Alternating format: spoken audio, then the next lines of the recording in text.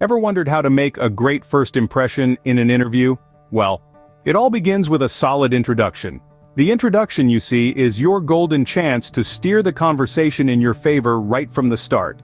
It's like the cover of a book. It gives an idea of what's inside. A well-crafted introduction sets the tone and piques the curiosity of your interviewer, making them eager to learn more about you. But what makes an introduction good? It's not just about stating your name or what you studied. It's about presenting your skills, experiences, and aspirations in a concise and engaging manner. It's about connecting your unique story to the role you're applying for. It's about showcasing your personality and your enthusiasm in a way that resonates with your interviewer. Mastering your introduction can be your ticket to acing that interview. So, what makes a compelling introduction? Well, let's break it down. A compelling introduction consists of three main parts. First, stating your name. This might seem like a no-brainer, but you'd be surprised how many people forget to do this, or rush through it. Remember, your name is your brand. It's the first thing people will associate with you, so make sure you say it clearly and with confidence. Next, you'll want to give a brief background about yourself. This is where you share your professional journey so far, but remember, keep it brief. You don't need to recite your entire resume. Just focus on the key points that highlight your skills and experiences relevant to the job you're applying for. Think of it like a movie trailer. You want to give them enough to pique their interest, but not so much that they feel like they've seen the whole film. Finally, you need to state why you're there. What's your purpose? Why are you interested in this job or company? This part of your introduction should align with the company's values or objectives, showing them why you would be a good fit. It's not about what the company can do for you, but what you can do for the company. Throughout your introduction, it's crucial to stay concise and relevant. Remember, the person you're speaking to probably doesn't have a lot of time, and you don't want to lose their interest by rambling on. Every sentence should serve a purpose and add value to your introduction. So, let's recap. A compelling introduction includes your name, a brief background that highlights your relevant skills and experiences, and your purpose for being there. And most importantly, it should be concise and relevant. Remember, your introduction is a quick snapshot of who you are, not your entire life story. So make it count, make it memorable, and above all, make it you. But how do you make your introduction relevant to the job you're applying for? That's the question we're going to dive into right now. First off, it's crucial to do your research. Understand the job role, the company, and its culture. This knowledge will arm you with the specifics you need to tailor your introduction. You can't make a one-size-fits-all introduction. Remember, you're not just introducing yourself, you're introducing yourself as a potential asset to the company. Let's take an example. Suppose you're applying for a position as a project manager in a tech company. Instead of saying, "I'm a project manager with 10 years of experience," you could say, "With a decade of experience managing tech projects, I have a proven track record of delivering results on time and within budget." See the difference? The latter introduction is tailored specifically to the job role and industry. Now, what about the company culture? This is where your research really pays off. Let's say the company values innovation and teamwork. You could incorporate this into your introduction saying, "I thrive in a team environment where innovation is encouraged, and I'm constantly looking for fresh, creative solutions." You're not just saying you're a team player, you're showing that you align with the company's values. It's these tailored details that can make your introduction stand out from the crowd. But remember, authenticity is key. Don't just say what you think they want to hear. Be true to yourself and your experiences. If you're passionate about what you do and eager to bring your skills to the table, let that shine through your introduction. So, to recap, tailoring your introduction involves understanding the job, the company, and its culture. It means presenting yourself as an asset who aligns with the company's needs and values. And above all, it means being genuine.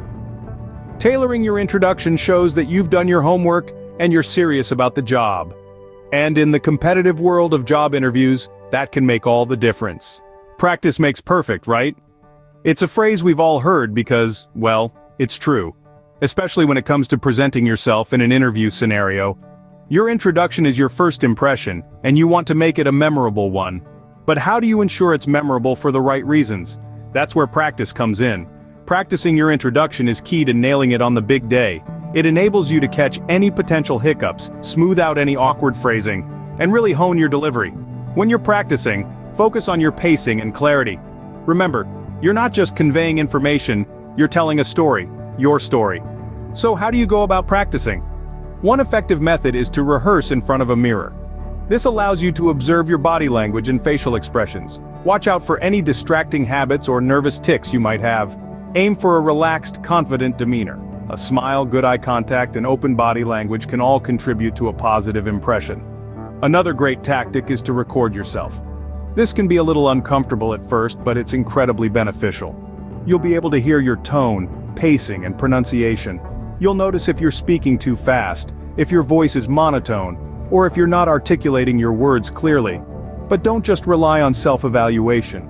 Seek out feedback from others. It could be a friend, a family member, or a mentor. People who know you well can provide valuable insights on how your introduction comes across. They can point out strengths you may not have noticed and suggest improvements for areas you might have overlooked. Remember, the goal of practicing isn't to memorize a script word for word. It's to familiarize yourself with your key talking points and to feel comfortable presenting them. It's about finding your unique voice and using it to convey your story in the most compelling way. So, keep practicing, keep refining, and keep improving. With practice, your introduction will become second nature. Now, let's talk about confidence. Confidence is the secret ingredient that can transform your introduction from good to unforgettable. It's not just about what you say, but how you say it. Your demeanor, your poise, your self-assuredness, these are the elements that can tip the scales in your favor. Imagine two individuals, both equally qualified, both presenting the same introduction.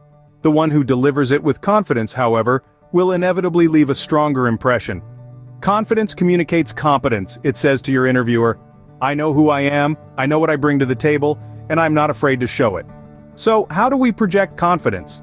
It begins before you even utter your first word. It's in the firmness of your handshake, the steadiness of your gaze. Eye contact is a powerful tool of engagement. It signals attentiveness, respect, and yes, confidence. Don't shy away from it. Next, think about your posture. Stand tall, shoulders back, head held high. This is not just about looking confident, it's about feeling confident. A good posture can actually trick your brain into feeling more self-assured. And then, there's your voice. Confidence sounds clear, steady, and firm. It doesn't rush, it doesn't waver, and it certainly doesn't mumble. Practice speaking your introduction out loud. Focus on maintaining a steady rhythm and an audible volume. Remember, confidence is not about being the loudest in the room, it's about being the most present.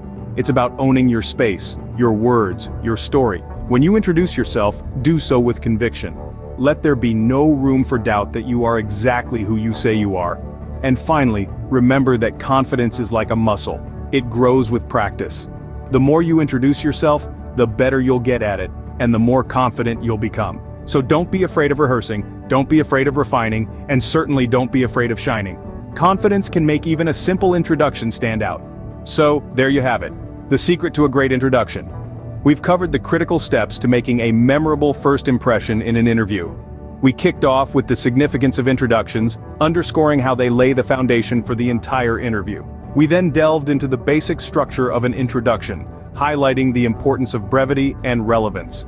We also discussed the art of tailoring your introduction to the specific job you're vying for. Remember, it's all about showcasing your skills and experiences that align with the role. We then emphasized the value of practicing your introduction to ensure it comes out naturally and confidently. Finally, we touched on the power of delivering your introduction with confidence. Confidence, after all, is key in leaving a lasting impression. Now go out there and make a great first impression. And don't forget to subscribe and check out our other videos for more interview tips.